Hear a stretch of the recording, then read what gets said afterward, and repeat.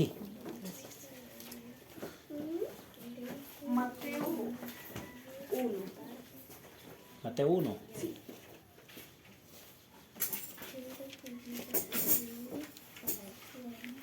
Vamos a explicarlo.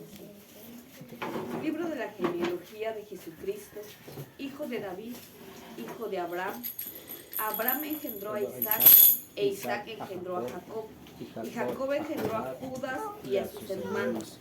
Y Judas engendró a Tamar, a Fares y a Sara. Y Fares engendró a Esrom. Y Esrom engendró a Aram. Y Aram engendró a Aminadab. Y Aminadab engendró a Nazón. Y Nazón engendró a Salmón. Y Salmón engendró a Rechab. Y Rechab a Boz.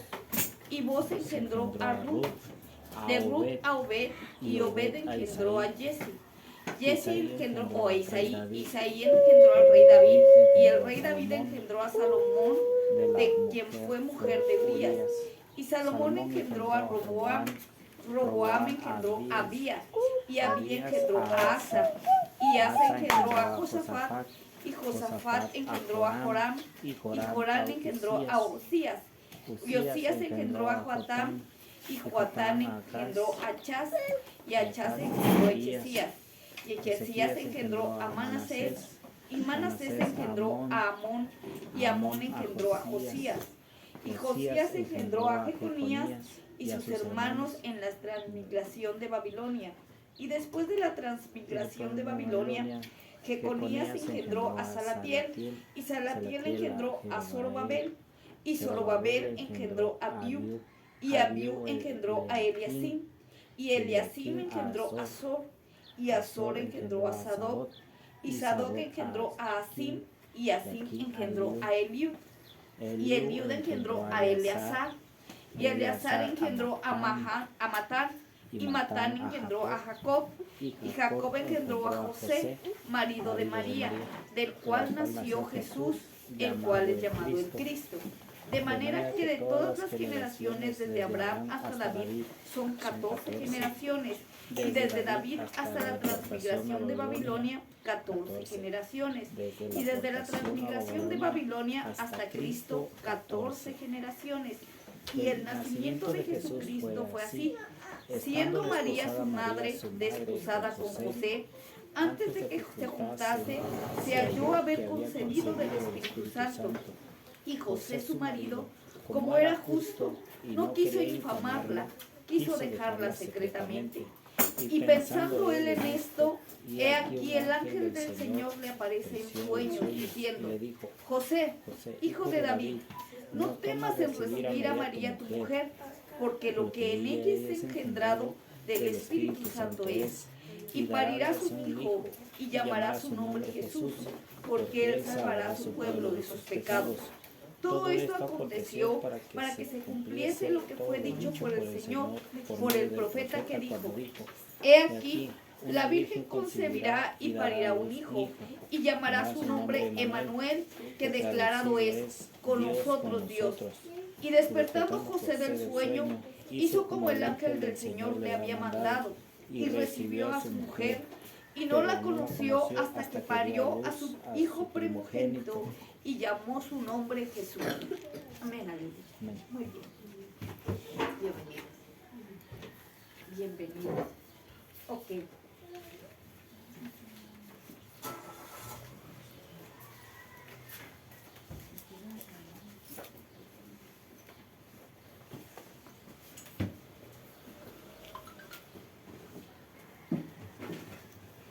Nosotros estamos en la preparación de la Semana Mayor. Estamos en lo que se le conoce como los 40 días de preparación para poder celebrar la Semana Mayor. Bienvenido. La importancia de la Semana Mayor es casi como nuestra Navidad. Es tan importante como el celebrar la Navidad. ¿Por qué? Porque eso nos hace conscientes de la importancia del sacrificio del Señor Jesús. Así como a los niños se les prepara para conocer toda la historia bíblica, se les prepara, nosotros como cristianos preparamos historias bíblicas, los judíos preparan el Midrash, que es la historia bíblica judía. Se les prepara desde muy pequeños. Nosotros como adultos, algunos hemos crecido en el Evangelio, otros no. Entonces nosotros también tenemos que saber que hay una preparación previa para esta semana. Esa preparación previa pues requiere en el conocimiento, principalmente nosotros lo manejamos como el contexto de la historia. ¿Por qué es? ¿Qué fue lo que pasó? ¿Quién fue Jesús? ¿Cómo trabajó? ¿Qué dicen los evangelios? ¿Qué se habla? ¿Qué se habla en ellos? Por lo tanto, nosotros les invitamos desde el día martes a que ustedes estudiaran los evangelios, a que ustedes los leyeran. De hecho, es más que leerlos, es estudiarlos. No solamente es conocerlos, sino ver esas partes claves que nosotros como cristianos debiéramos de saber, de formar parte de nuestra vida. Un ejemplo, nada más de estas partes claves. ¿Cuántas generaciones tuvo el Señor Jesús antes de ser llamado, de ser ¿cómo se llama? De ser llamado el Cristo? ¿Cuáles son sus generaciones basadas? ¿Cuáles son sus generaciones que lo respaldan para poder ser el llamado el Cristo? 28. No. Son 46 generaciones. Eso es algo que nosotros debemos de conocer. Y usted me dice, pero es que, ¿cómo? Aquí en el libro de Mateo, en Mateo 1, marca las generaciones y hay un porqué. ¿Por qué? Regularmente al Jesús le llamaban le decían una forma en lo que los atacaban lo atacaban los, ¿cómo se dice? Los sacerdotes le decían que él era un bastardo. Una de las palabras que usaban los sacerdotes, le decían que él era un bastardo y le decían que él era un hijo de fornicación en cuestión a sus generaciones. ¿Por qué? Porque en sus generaciones él sale como descendiente de Salomón. Y aunque Salomón era un rey, Salomón era el hijo de Urías, de quien fue la mujer de Urías, de Betseba. Entonces, la ley declara que alguien no puede ser llamado, no puede entrar al templo hasta que pasen 10 generaciones de su presencia. Eso está en Números. Hasta que pasen 10 generaciones después de su pecado, podían entrar al templo. Entonces marcan y dicen, ¿cómo es posible que él, su padre, desciende de un linaje de gente que ha pecado, de gente que ha fallado? Y comienzan a declararlo, pero ellos no tomaban en cuenta el linaje de la madre de María. De hecho, él fue engendrado en María. No provenía de una semilla de José. Y el linaje de María era completamente limpio. De ahí es por eso por lo que Mateo marca toda esa genealogía. ¿Me doy a entender? Entonces, cuando los fariseos comienzan a hablar con verdad y con conocimiento de ley sobre Jesús, ellos omiten esta parte. María también era de la descendencia de David, también era descendiente del linaje real, pero su linaje era completamente limpio. De ahí por eso nos tomamos el espacio. Ay, no, creo que no les imprimí. Bueno, dentro de 8 días les voy a traer los linajes de ambos, de María y de Jesús, para que ustedes puedan comprender y puedan seguirlo físicamente. De hecho, cuando nosotros vemos aquí, ayúdenme a leer por favor la Mateo 1, verso del 16 al 17. Y Jacob engendró a José, marido de María, de la cual nació Jesús, llamado el Cristo. De manera que todas las generaciones desde Abraham hasta David son 14. Desde David hasta la deportación a Babilonia 14. Son 28 ahí. Y desde la deportación a Babilonia hasta Cristo 14. Son 36. Ajá, 36 generaciones. Ahí es en donde está lo que está. En eso equivale lo que es la genealogía de Jesús. Entonces, Mateo nos marca acerca de la importancia de la genealogía. En este contexto que vamos a ir viendo, ustedes se van a dar cuenta de lo que les estoy diciendo, cómo Jesús es atacado por su genealogía. Y uno dice, ok, ¿por qué era atacado así? Pues por el conocimiento que tenían los fariseos, ¿me doy a entender? Los fariseos tenían un amplio conocimiento de la ley. Entonces los fariseos, teniendo ese conocimiento, pues ellos decían, o sea, ¿cómo es posible que tú vengas diciéndote el Cristo y seas el primero que rompa la ley? O sea, ¿cómo es posible que tú te marques a ti mismo diciéndote el Cristo, pero no concuerda tu genealogía con lo que marca la ley? Con lo que marca la ley.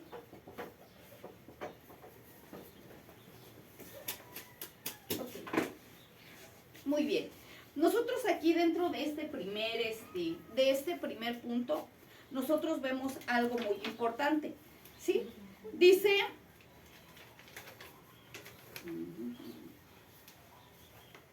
vamos a abrir nuestra Biblia en Segunda de Reyes,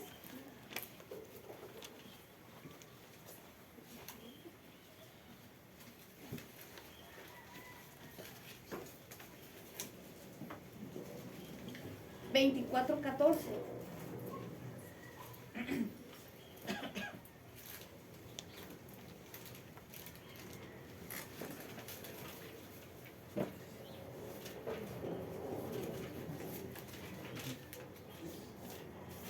Josué, Jueces y Ruth, Primera y Segunda de Samuel, Primera y Segunda de Reyes. Segunda de Reyes, 24:14. Y cuando terminaron, me trajeron al rey y ya fue lo que... Sí, por favor, ¿sí me puede ayudar? Sí. Melody y Kenia van a pasar por este mes, van a pasar en la mañana y en la tarde allá, por este mes solamente, porque vamos a prepararlos para la Semana Santa. Estamos buscando que estamos pidiéndole al Señor que ustedes reciban el Espíritu Santo. Vamos a hacerles una experiencia para que ustedes como niños se preparen y reciban el Espíritu Santo. Entonces se prepararon unas clases previas para la Semana Santa, pero es mucho material. Entonces vamos a usar las dos áreas. Estamos pidiendo una experiencia para ellos. Estamos buscando que el Señor les dé una experiencia a los niños y estamos trabajando en esto, principalmente.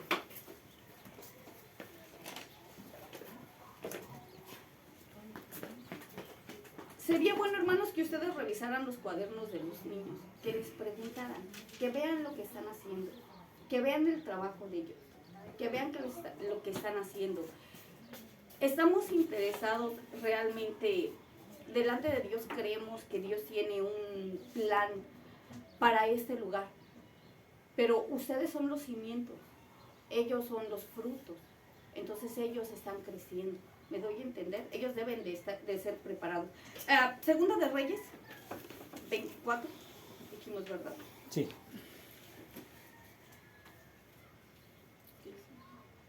Esa es una profecía. ¿Pueden leerla? 24:15 dijo. 14. Ah. Y cuando terminaron, trajeron al rey y a Joiada lo que quedaba del dinero, e hicieron de él utensilios para la casa de Jehová, utensilios para el servicio, morteros. No, dijo Segunda de Reyes 24:14. Sí. Se me brincó. Dice, y llevó en cautiverio a toda Jerusalén, a todos los príncipes y a todos los hombres valientes, hasta 10,000 cautivos, y a todos los artesanos y herreros, no quedó nadie, excepto los pobres del pueblo de la tierra. Ok, ese es Ahora, ayúdenme a leer, por favor. Primera de Crónicas 3. No, Isaías 7:14. Isaías. La profecía, ¿Isaías por qué, favor. hermano? Isaías 7. 7, Sí, por favor. 14. Sí. Por tanto, el Señor mismo os dará señal. He aquí que la Virgen concebirá y dará a luz un hijo, y llamará su nombre Emmanuel. Ok. Emmanuel nos habla acerca de una profecía acerca de nuestro Señor Jesús. De las primeras profecías que se marca con el profeta Isaías. Los judíos tienen profetas que consideran profetas mayores y que consideran profetas menores. Los profetas mayores son Isaías, Jeremías, Lamentaciones, Ezequiel y Daniel, son los libros de profecías de los profetas mayores. Los profetas menores son Oseas, Joel, Amós, Abdías, Jonás, Miqueas, Nahum, Habacuc, Ageo, Zacarías, Malaquías, Sofonías y Malaquías. Lo dije al revés, crucé los libros. Isaías se considera un profeta mayor porque sus profecías fueron exactas. Sus profecías fueron, en tiempo y forma, declaradas. Ninguna de sus profecías quedó en el aire. Todas sus profecías se cumplieron.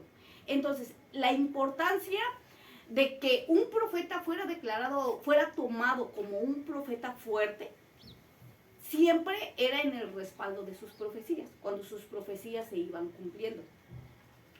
Isaías en varias profecías declaró todo lo que iba a pasar con el pueblo de Israel. Declaró acerca de los juicios, declaró de muchas cosas que iban a suceder. Pero entre las profecías, él mostró acerca del Cristo. Declaró acerca que Dios iba a venir a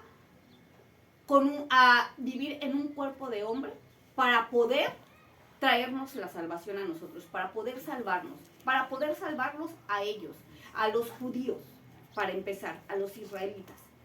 Como ellos no lo aceptaron, pues a nosotros se nos fue dada la salvación. De ahí fue en donde se extendió hacia nosotros su misericordia. De ahí es en donde nosotros vemos el cumplimiento de las profecías después de la genealogía de Jesús. Entonces vemos nosotros que tenemos la importancia de una genealogía, que es un árbol genealógico, es en donde le dan identidad. Es en donde les da identidad. Yo entiendo que lo que son números y lo que es historia es un poco aburrido, pero es necesario aprenderlo, porque si nosotros lo sabemos, mínimo lo sabemos, no podemos ser engañados. Ahorita hay muchas corrientes de doctrina que quieren hacer menos al Señor Jesús. ¿Cómo es eso? Vemos a los testigos de Jehová, vemos a los mormones, aún la luz del mundo trata de hacer menos el poder de Jesús, diciendo que Él no es nadie, que Él es un simple profeta. Si nosotros no conocemos el contexto y usted es débil en su fe, usted puede ser engañado. Entonces, es la razón por la que nos estamos dando el tiempo para poder tocar estas partes de la profecía. Isaías declaró en su profecía que él iba a ser llamado Emmanuel, que traducido es Dios con nosotros. Entonces nosotros vemos el cumplimiento de la profecía, y no de cualquier profeta, sino del profeta Isaías. De hecho hay varias profecías a través de Jesús, pero este es importante. Muy bien, ahora vamos a abrir nosotros nuestra Biblia en el libro de Marcos.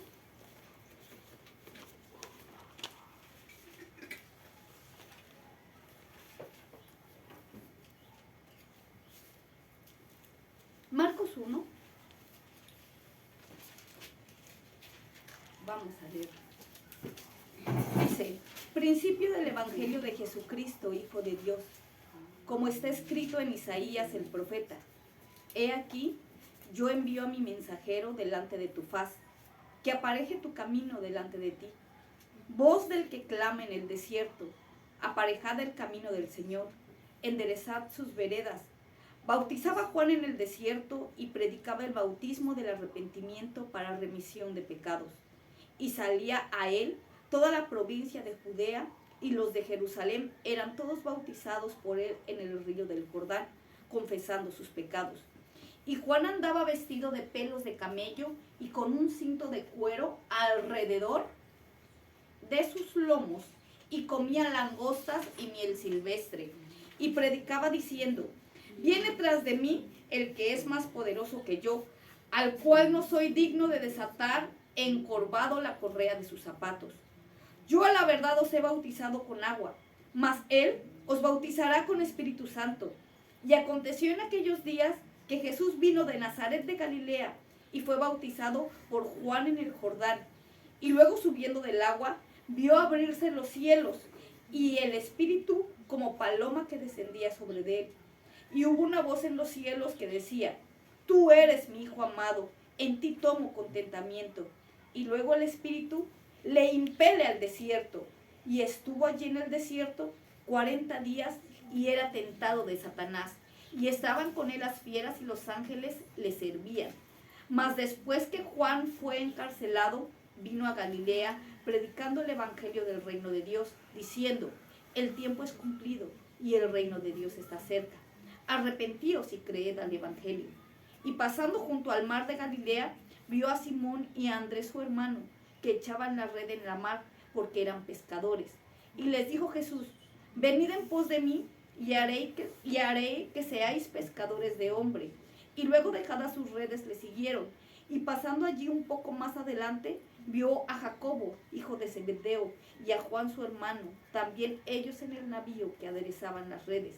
Y luego los llamó, y dejando a su padre Zebedeo en el barco con los jornaleros, fueron en pos de él. Y entrando en Capernaum, y luego los sábados entrando en la sinagoga, enseñaban. Y se admiraban de su doctrina, porque les enseñaba como quien tiene potestad, y no como los escribas.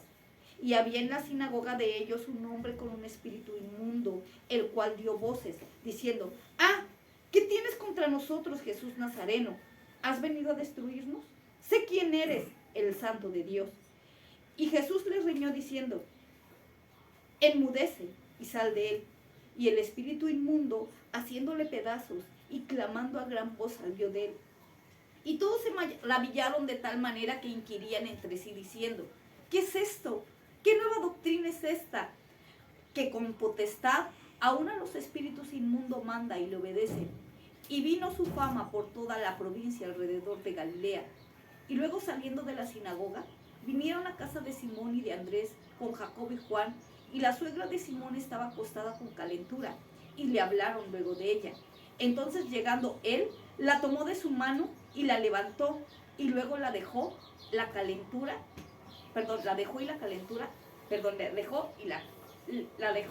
se refiere a que Le la dejó calentura la la dejó, fiebre, dice. y le servía. Y cuando fue la tarde, y luego que el sol se puso, traían a él todos los que tenían mal y endemoniados, y toda la ciudad se juntó a la puerta. Y sanó a muchos que estaban enfermos de diversas enfermedades, y echó fuera muchos demonios, y no dejaba de decir a los demonios que le conocían. Y levantándose, no dejaba Jesús que los demonios le dijeran que le conocían. Y levantándose muy de mañana, aún muy de noche salió, y se fue a un lugar desierto, y allí oraba. Y le siguió Simón y los que estaban con él. Y hallándole le dicen: Todos te buscan. Y él les dice: Vamos a los lugares vecinos, para que predique también allí, porque para esto he venido. Y predicaba en las sinagogas de ellos, en toda Galilea, y echaba fuera demonios.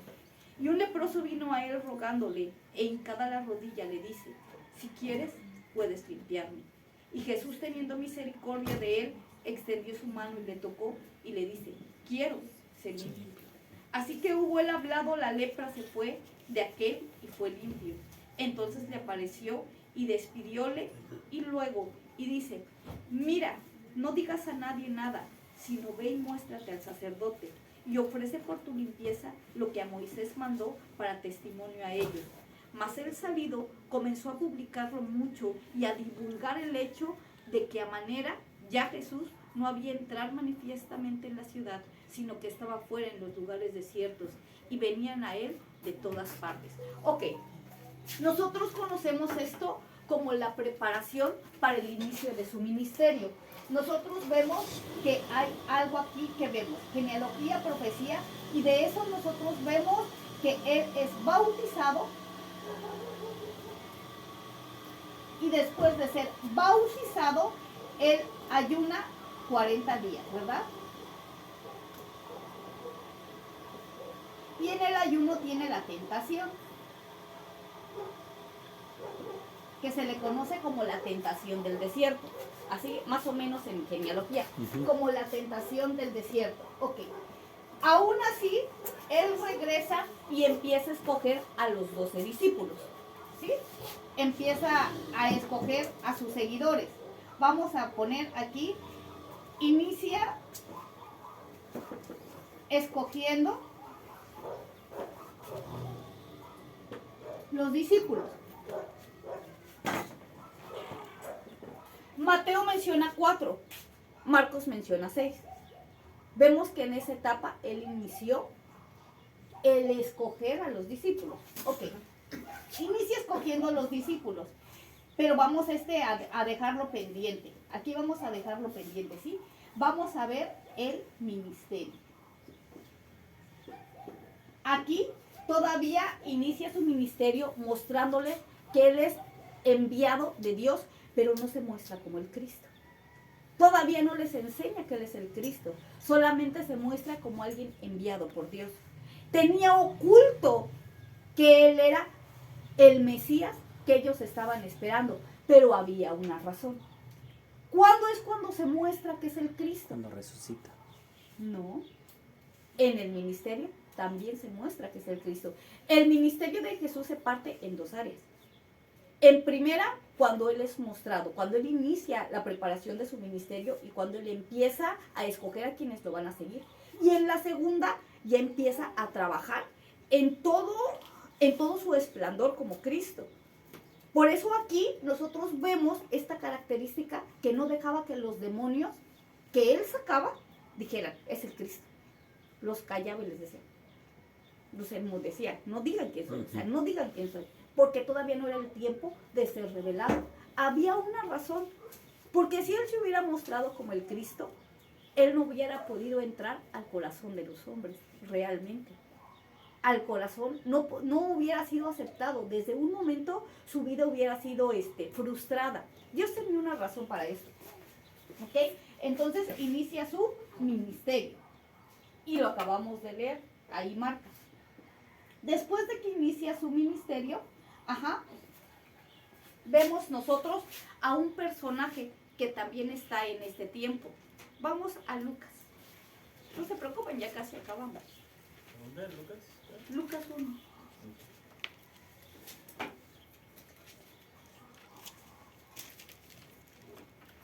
Dice,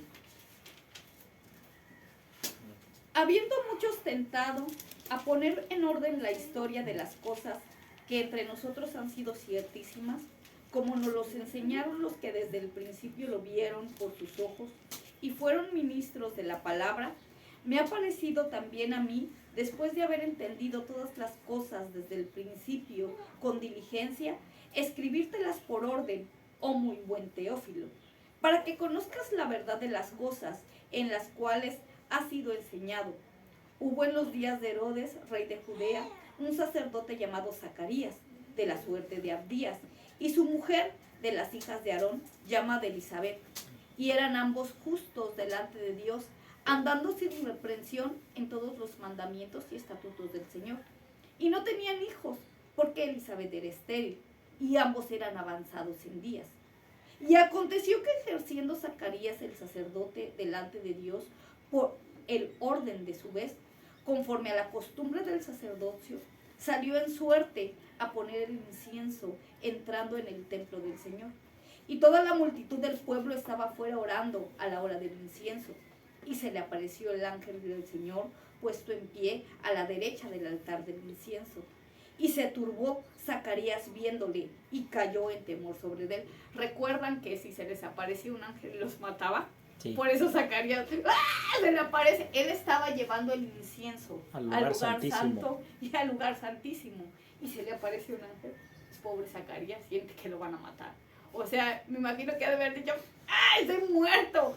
De aquí no salgo vivo. Y la gente del pueblo también, chequémoslo. Dice, y se turbó Zacarías viéndole y cayó temor sobre de él.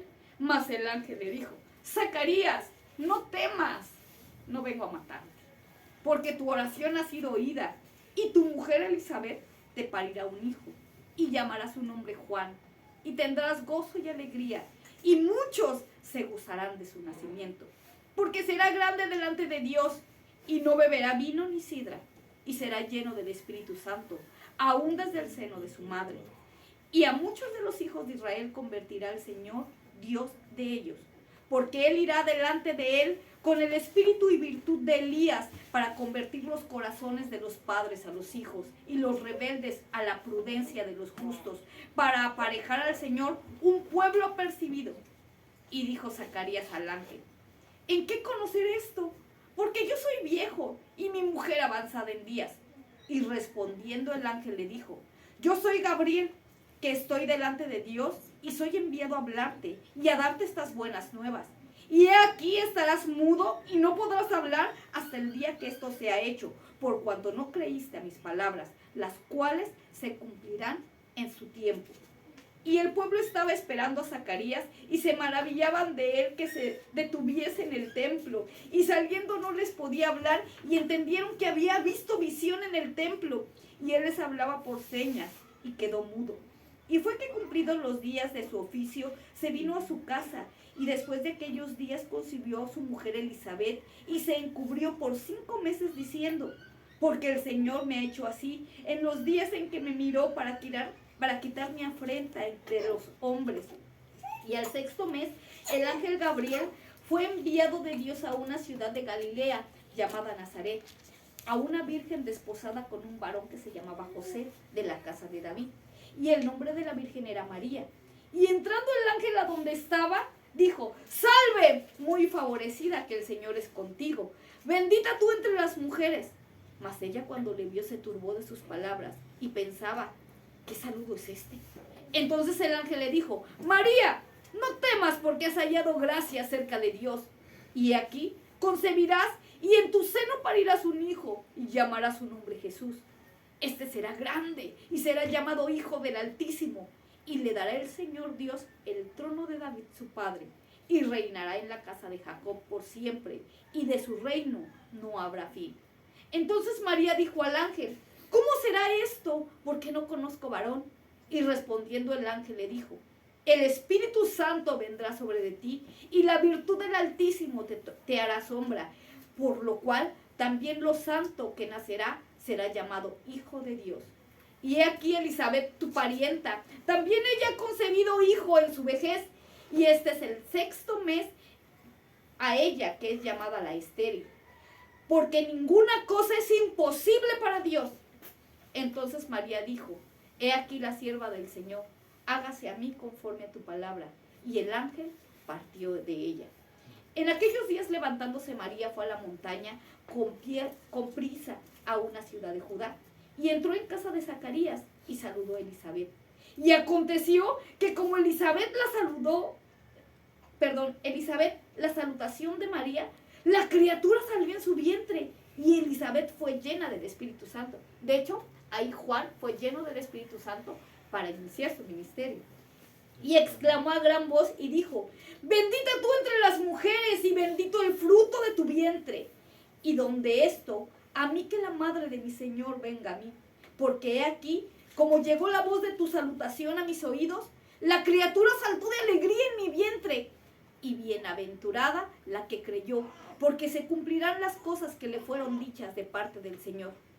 Entonces María dijo: engrandece mi alma al Señor, y mi espíritu se alegró en Dios mi Salvador, porque ha mirado la bajeza de su criada, porque he aquí desde ahora me dirán bienaventuradas todas las generaciones, porque me ha hecho grandes cosas el poderoso, y santo es su nombre, y su misericordia de generación a generación.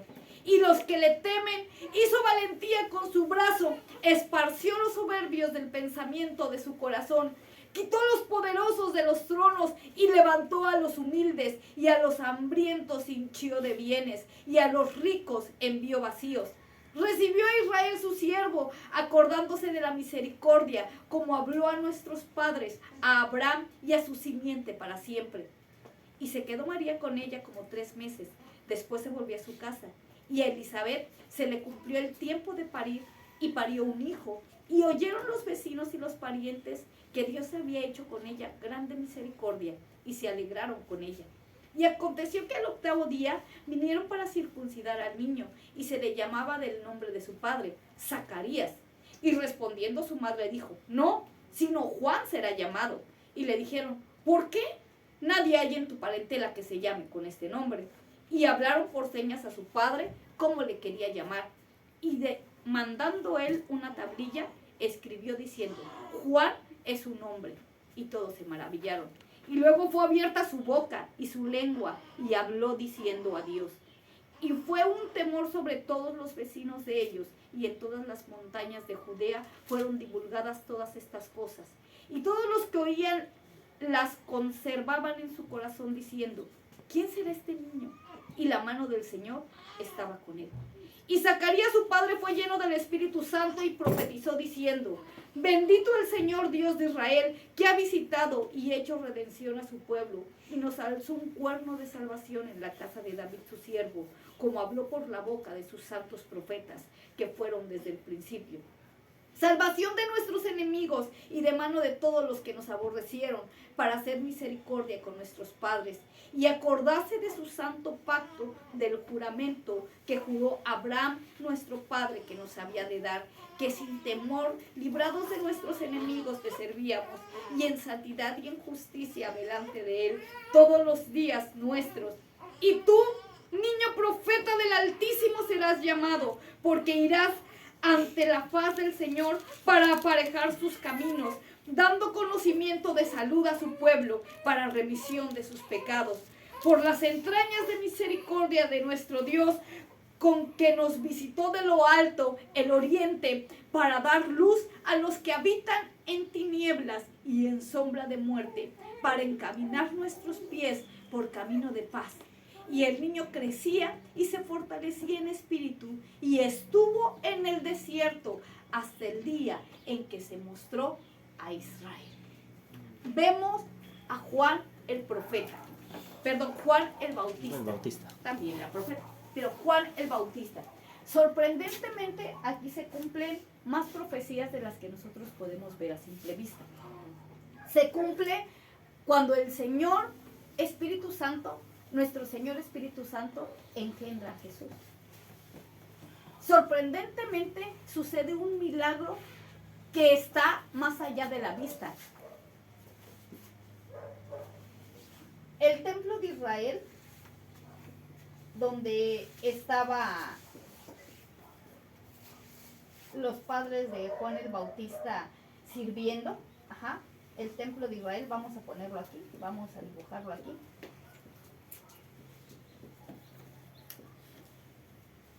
Estaba en un lugar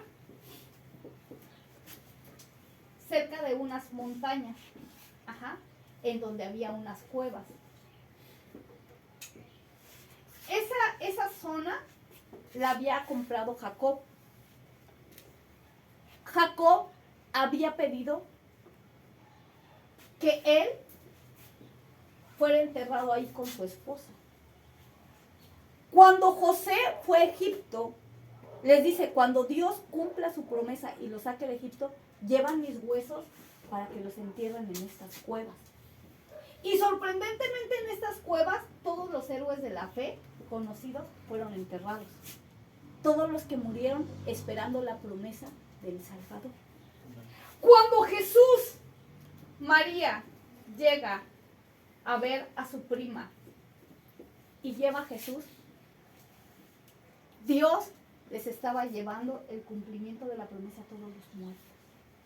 A todos los que se habían muerto esperando la venida del Mesías, Dios les llevó al Mesías diciéndole: estoy cumpliendo lo que le prometí a Abraham. Estoy cumpliendo lo que le prometí a Jacob. Estoy cumpliendo lo que les prometí. Después de muertos, cumplió su promesa. Eso es algo fabuloso. Fabuloso. Fabuloso. Fue un milagro que fue más allá de la vida. Dios es así de maravilloso. Él va a cumplir lo que nos prometió aún después de nuestra muerte. Qué fabuloso, ¿verdad? Okay. Pero la pregunta es: ¿quién era Juan? ¿Quién era Juan el Bautista? Esa es una pregunta. Ok. Como esto es muy... Por eso es por lo que les digo que es mucho trabajo lo que se va a llevar para los niños. A ustedes se los imprimí en unos papelitos para que ustedes lo lleven a casa y ustedes lo estudien. En casa. ¿Quién era Juan el Bautista?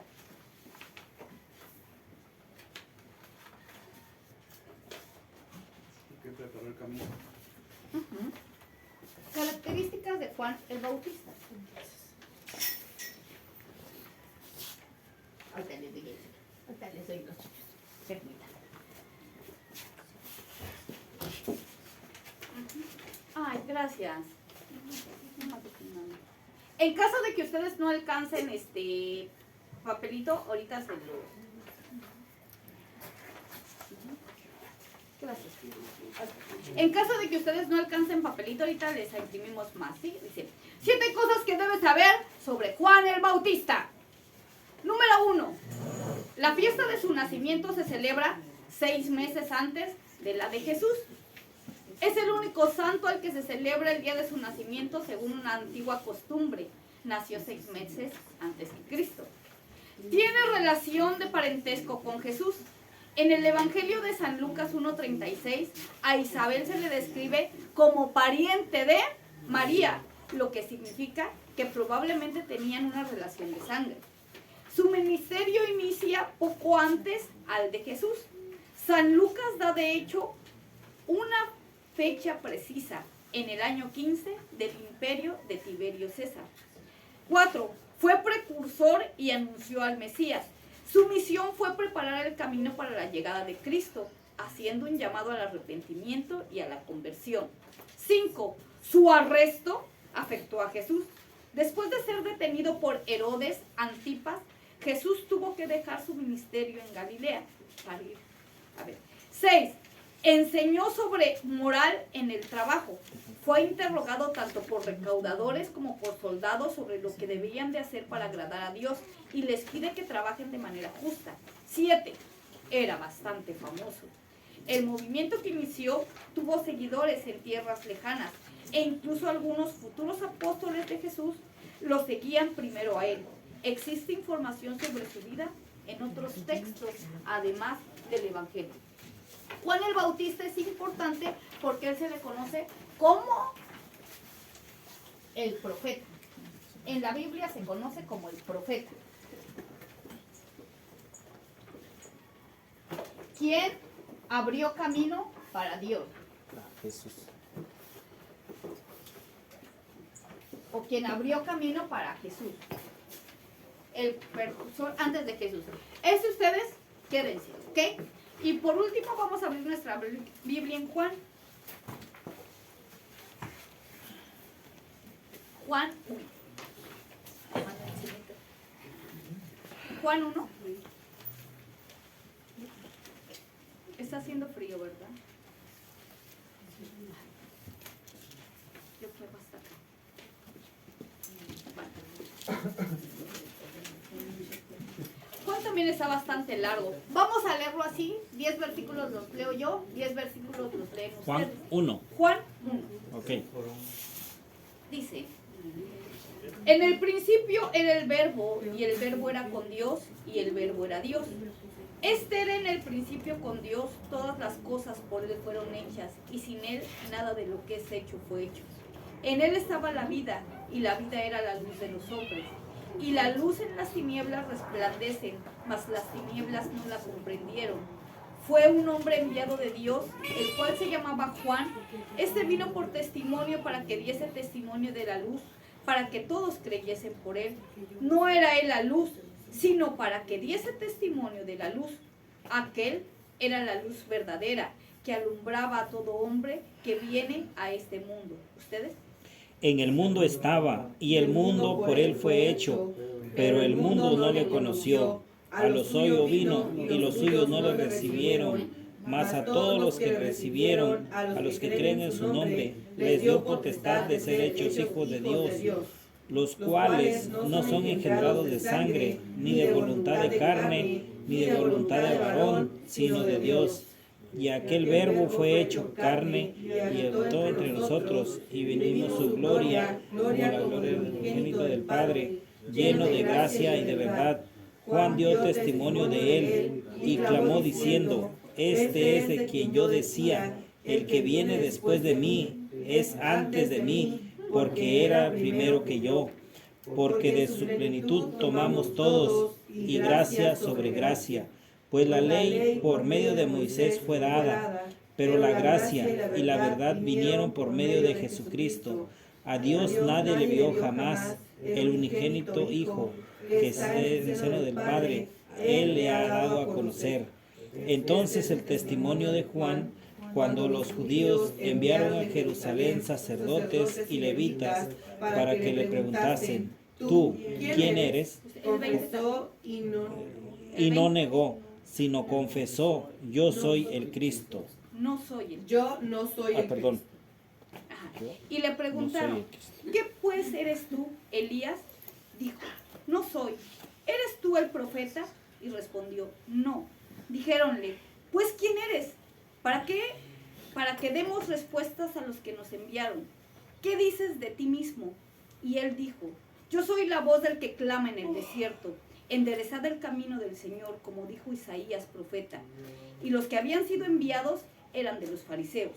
Y preguntáronle y dijéronle, ¿por quién pues bautizas si tú no eres el Cristo, ni Elías, ni el profeta? Y Juan les respondió diciendo, yo bautizo con agua, mas en medio de vosotros ha estado a quien vosotros no conocéis. Este es el que ha de venir tras mí, el cual es antes de mí, el cual yo no soy digno de desatar la correa del zapato. Estas cosas acontecieron en Betara, de la otra parte del Jordán, donde Juan bautizaba. El siguiente día ve Juan a Jesús que venía a él y dice, he aquí el Cordero de Dios que quita el pecado del mundo. Este es el que dije, tras mí viene un varón, el cual es antes de mí, porque era primero que yo. ¿Ustedes? Y yo no le conocía, mas para que fuese manifestado a Israel. Por esto vine yo bautizando con agua. También dio Juan testimonio diciendo, vi al Espíritu que descendía del cielo como paloma y permaneció sobre él. Y yo no le conocía, pero el que me envió a bautizar con agua, aquel me dijo, sobre quien veas descender el Espíritu y que permanece sobre él, ese es el que bautiza con el Espíritu Santo. Y yo le vi y he dado testimonio de que este es el Hijo de Dios.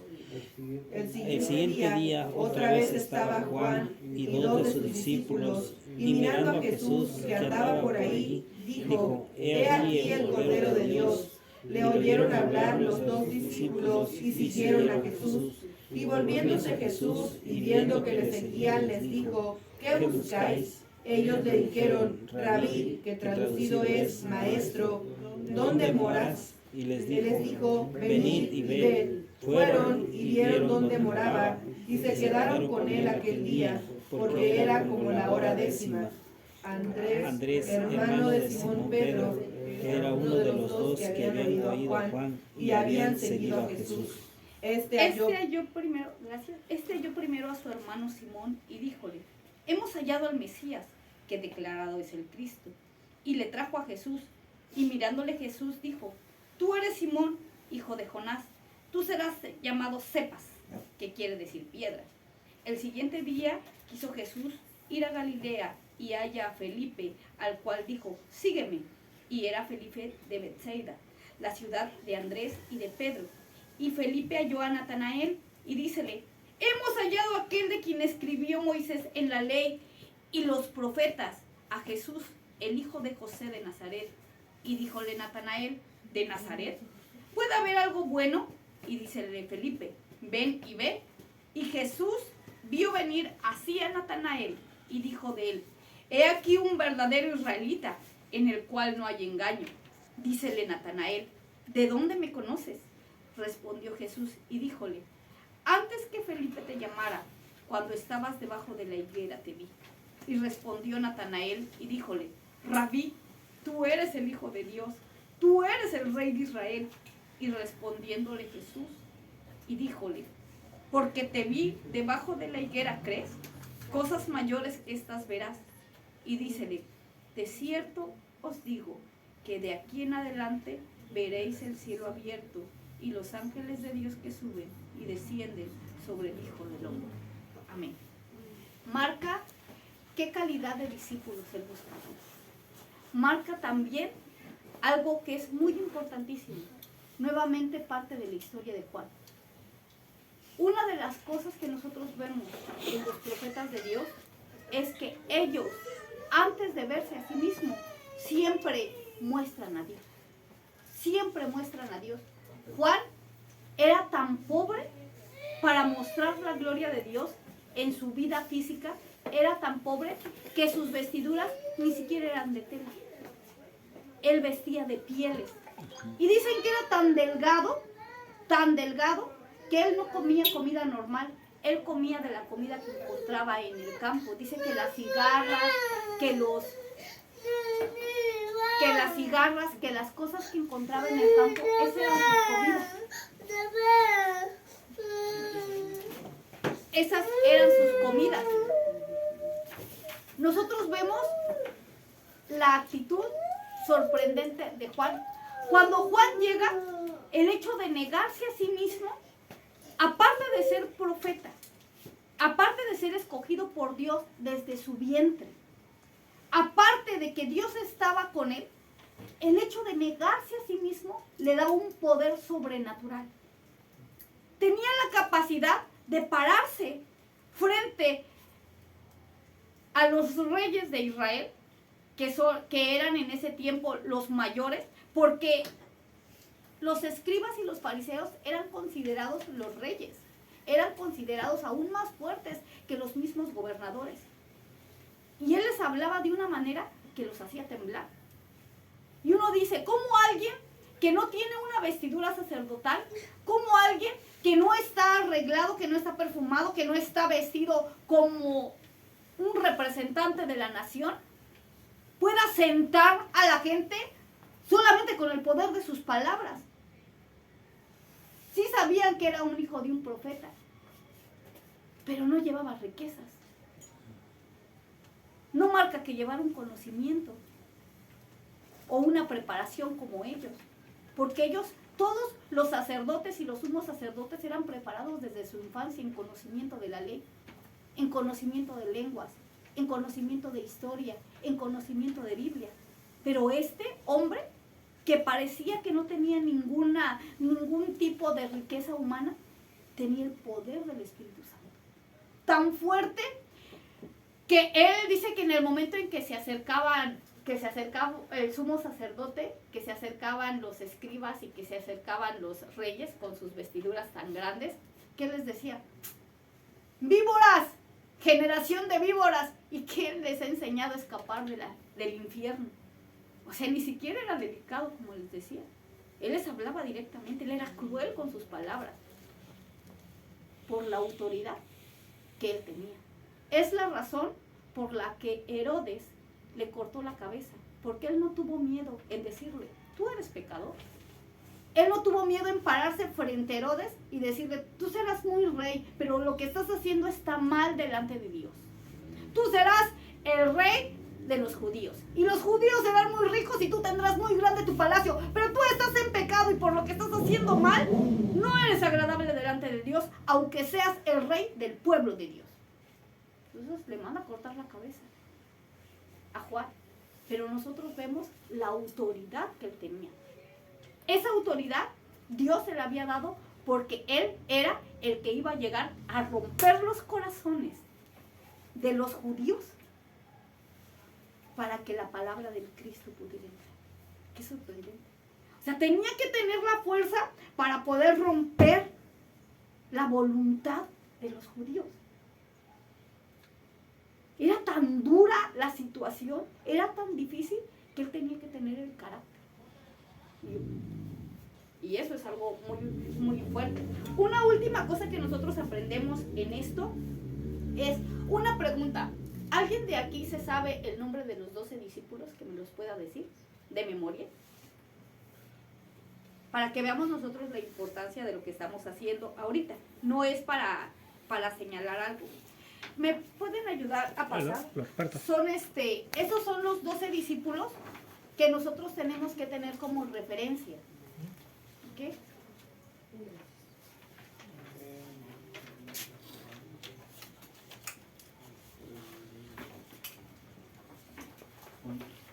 Un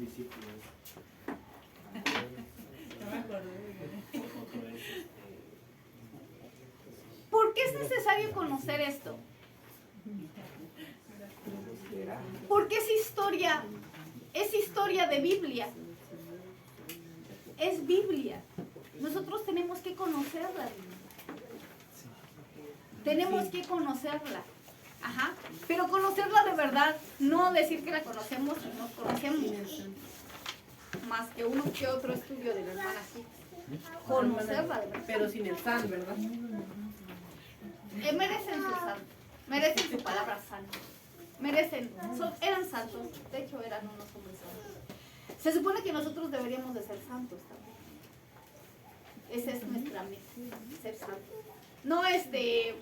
No tengan la mente débil. Nada más agarren lo mejor que puedan. No se preocupen. Este también es sacado de una iglesia católica. Perdón. Ya después les explicaré por qué me gustan muchas cosas así. Realmente la iglesia católica tiene mucho conocimiento, demasiado. Okay. ¿Hemos aprendido algo en esta mañana? ¿Ha aprendido usted algo en esta mañana? El Espíritu del Señor Santo, el Espíritu del Señor se siente, respalda su palabra. La palabra en sí, la palabra leída tiene poder. Tiene un poder sorprendente. Cuando Pablo en los Gálatas les dice al pueblo que ellos, debiendo comer vianda dura, tienen necesidad de leche o de gotitas, y se refiere a la palabra simple, a la simple lectura. Dice, para poder fortalecerte, tienes que beber las gotitas. Tienes que beber las gotitas, ¿ok? Perdón, hermano, es una trampa. Para que no nos metemos acá, ¿verdad? No, perdón. Ok, vamos a orar. Cierra usted sus ojos, ¿sí?